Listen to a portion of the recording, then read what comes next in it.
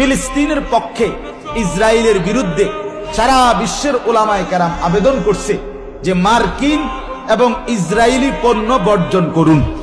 তো হুজুর বলতেছে যে এই কথাটা যে শুধু একজন বক্তা বা 100 জন বক্তা বললে হবে না, বরং 180 কোটি মুসলমানের জবান দিয়া যদি এটা উচ্চারিত হয় যে মার্কিন এবং ইসরায়েলি পণ্য বর্জন করেন, একে যদি অপরকে বলে তো আল্লাহর কসম কাফের বেঈমানদের ঘাড় অনেক আগেই কাত হয়ে যাবে। আজকে আমি আসরের পরে এক হোটেলে চা খাইতে ঢুকছি ক্যান্টনমেন্ট। ওনা বললাম যে চা খাওয়ার আগে আমার একটা ছোট পানির বোতল দেন নরমাল। প্রথম আনছে একুয়াফিনা, আমি বলছি না এটা হইতো না, এটা ইসরায়েলি পণ্য। এরপরে আনছে কিনলে বোতল, এটা কিনলে একটা লেখ, যে না এটাও হইতো না।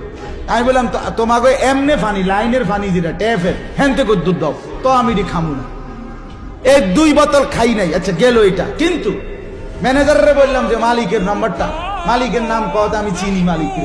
আমি বললাম কুদুর আপনার নাম্বারটা দাও, দিছি নাম্বার, মোবাইল করছি, কথা বলছি, অনুরোধ করছি যে ভাই পানি তো বিক্রি করবেন, তাইলে কমপক্ষে এই 2টা পানি বিক্রি করেন না। আপনি কি বলেন, আমরা আপনার জন্য দোয়া করুম। আলে সে সাথে সাথে বলছি হুজুর আপনি কইছেন, আমি 100 কথা মানব। তাহলে এই যে ফিকির, উঠতে বসতে চলতে ফিরতে, এটা বলতে হবে। মুসলমান সবাই মিলে চেষ্টা করতে হবে।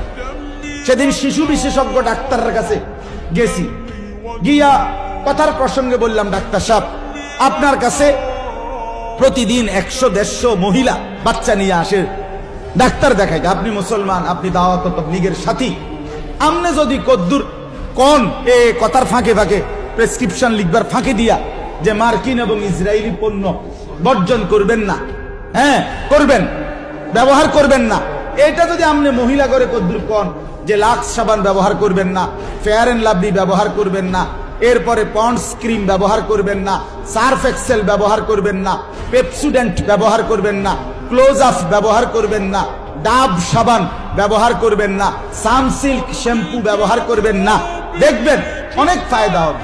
উনি সাথে সাথে আমার বলছে হুজুর আমি এখন প্রয়োজনে কম্পিউটার করে চেম্বারের 4 দিকে লাগাই দেব যে মার্কিন এবং ইসরায়েলি পণ্য বর্জন। তাহলে ফিকির চাই। আমি ওলামায়ে কেরামের কাছেও বলি উম্মতের কলজার মধ্যে কথাইটা বসাইতে হইবে।